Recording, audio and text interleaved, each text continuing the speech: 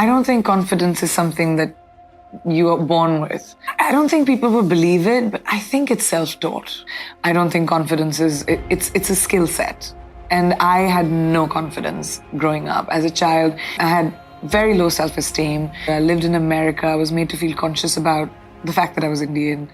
That was weird at that time. And not by everyone, but just by like a few bullies in school that hated me, and high school's hard for everyone. So I was in a very weird sort of teenage place. When Miss India happened, I'm inherently competitive.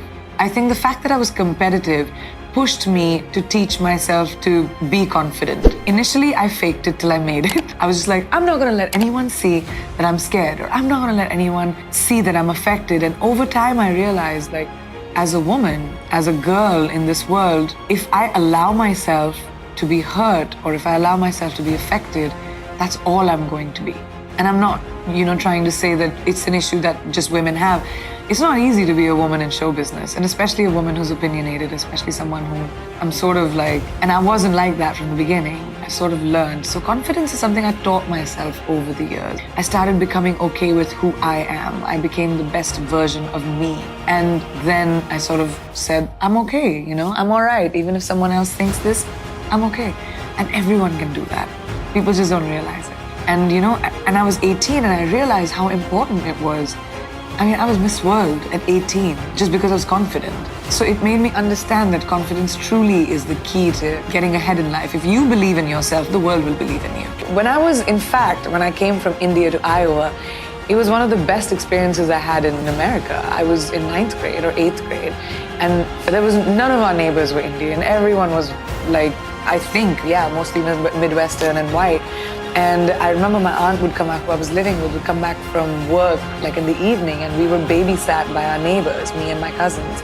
And she was amazing. The family was great. She used to take her kids and us to the pool, and we'd spend the afternoon there, have hot dogs for lunch, and then, come back in the evening to hang out with my aunt. I didn't even understand race and the differences of that when I first came into America. I got a lot more aware of it, in fact, when I went to school, like kids, teenagers, when your peers start making you aware of it. And that happened to me not in Iowa, actually, surprisingly, as people would think, but in Boston. I was in high school in Boston, and I think she just hated me. I don't know why, she just didn't like me. And she started picking on me, and I guess to hurt me, the only thing she could hurt me with, which I couldn't change, was the color of my skin, right?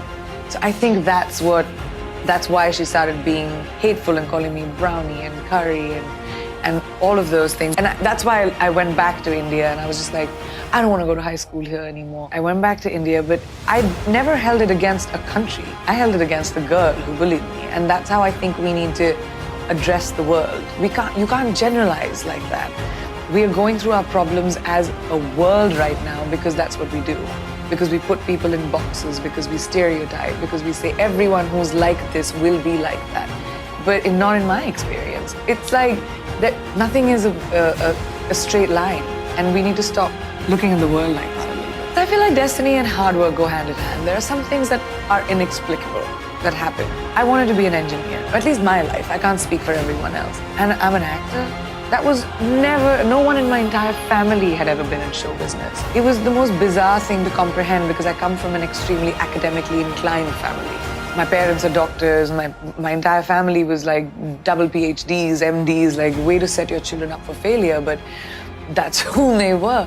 And I feel like I was put into, in retrospect, I was put into places and things happened in my life that made me ready for things in the future. So in retrospect, I really do believe in destiny. I feel like I was sent back to India, like you said, because this career was ahead of me. I was always creative in school, but I didn't know what to do with it. I used to write, I did plays, I would do school, but my aspiration was never to be creative. And now that I've found this vocation, I'm producing, I write columns, my creativity comes out in whatever way it can. And I think somehow something guides you. What that is, I don't know. I don't have a name for it. I don't think it's a religion. I don't know if it's God. I don't know what it is. But I think something is bigger than us. And I believe in that. You can't wait for destiny. That's being entitled. You have to be able to recognize opportunities because there'll be a lot of them that come into your life. And once you recognize an opportunity, you have to seize the day and work bloody hard because there'll be 25 other people who want to do it. When I became Miss India, I sort of was on strange ground myself because literally I was in college, I was studying, and now I'm suddenly Miss World and I was traveling all over the world, being an ambassador. And suddenly movie offers started coming to me from India because I think producers thought that it would make business sense to, have Miss World in a movie. I guess it did because in my first or second films, I won a lot of awards. I didn't think I could act. I just went in there with the idea of, okay, I can learn a new skill set. I may not know what acting is about, but I can learn. That's how I taught myself. I've never been to film school. My career has been my film school. I've fallen down, I've dusted myself off. I've been okay to fail. I don't like failure. I'll never let the same failure happen to me again because I learn from it. I like knowledge. I like learning from the people around me. And I don't think anyone reaches a point, no matter how successful you are in life, where you can't learn something new. And I think that sort of got me to where I am.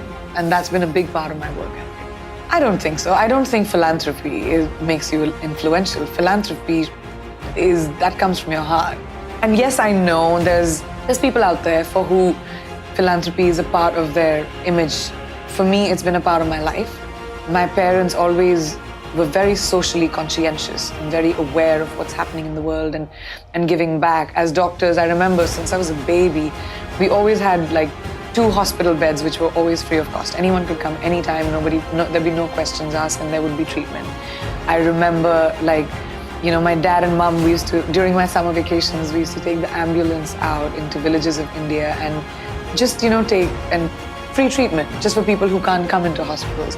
So my parents were always aware of it. So when I became Miss World and I saw the position and the power that I have being a public person, I became extremely socially aware. And I said that this is something that has been given to me on a platter, which is this position that I have. The fact people might not adhere to what I say, but they will at least hear me. It might stay somewhere, what I'm saying. There might be an opinion, there might be a debate. It might spark off a conversation, and that in itself is my job done. Because as a public person, I bring light or attention to something that might not have it. And that's what I do for UNICEF. I've been their ambassador now for 15 years, 10 years as their national ambassador for India, and now about 1.5 years or so as their global ambassador. And I think influence is a state of mind. I don't think it's something you do. I don't think it's your actions. I think it's who you are and being comfortable with who you are that influences other people to say, oh, okay, maybe I could do that. Or, oh, all right, I can think like that. It's not that hard. I think that's what influences. I wouldn't like to put the burden of philanthropy on it. Philanthropy is between you and God, I guess. I think the one thing that's common between everyone eventually becomes great or legendary or has a legacy is humility. You know, like how they say the bigger the tree, the heavier, the more fruits it has, the lower it sort of, it's a saying in my country, that the more laden your tree is with fruits, the more it bends.